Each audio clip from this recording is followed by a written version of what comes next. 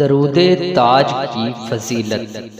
درود تاج میں نبی کریم رحمت اللہ عالمین احمد مجتبیٰ حضرت محمد مصطفیٰ صلی اللہ علیہ وسلم کی تعریف و توصیف بہت خوبصورت اور پیارے اور جامع الفاظ میں کی گئی ہے، جو رحمتوں اور برکتوں کا ایک بے پایا سمندر اور بے پناہ فیوز و برکات کا سرچشمہ ہے۔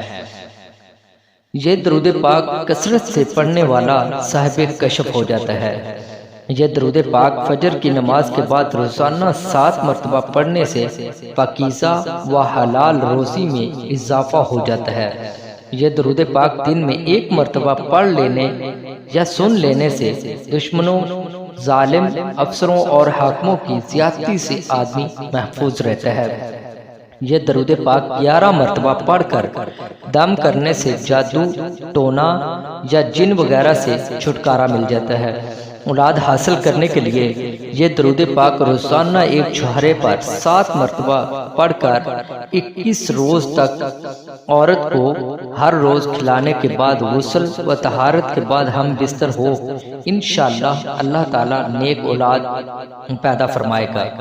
اگر حاملہ عورت کو کسی قسم کا خلل ہو، یعنی حمل ضائع ہو جاتا ہو، مردہ بچہ پیدا ہوتا ہو یا بچہ پیدا ہوتے ہی فوت ہو جاتا ہو، تو 7 دن تک 7 مرتبہ روزانہ یہ درود پاک پڑھ کر پانی پر دم کر کے عورت کو پلایا جائے تو اللہ تبارک و تعالی اپنے فضل و کرم سے خیر فرما دے گا۔ درود پاک سماعت کیجیے۔ بسم اللہ الرحمن الرحیم۔ اللہم صلی علی سیدنا و مولانا محمد صاحب التاج والمعراج والبراق والعلم دافع البلاء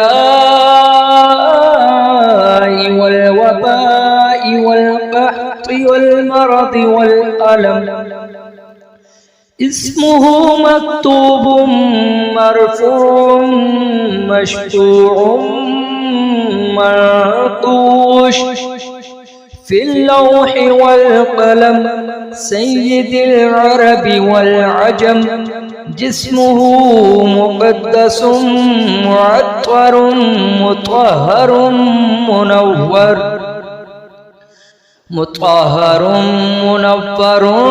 في البيت والحرم، شمس الضحى بدر الدجى صدر العلا نور الهدى كهف الورى، مصباح الظلم جميل الشيم شفيع الأمم صاحب الجود والكرم، والله عاصمه وجبريل خادمه والبراق مركبه والمعراج سفره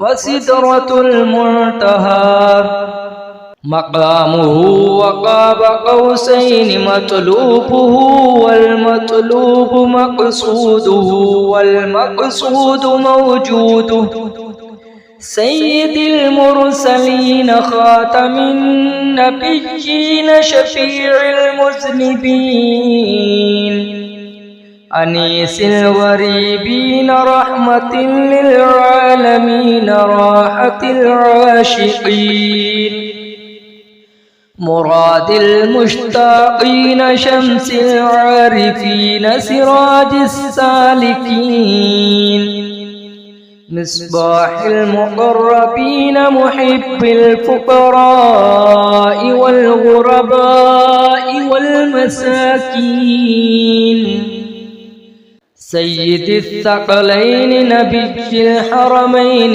إمام القبلتين وسيلتنا في الدارين، صاحب قاب قوسين محبوب رب المشرقين ورب المغربين، جد الحسن والحسين، مولانا ومولى الثقلين، أبي القاسم محمد بن عبد الله نور نور الله.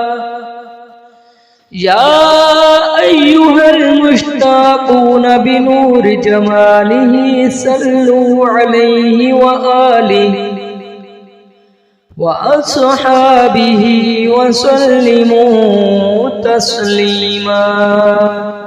صدق الله العظيم.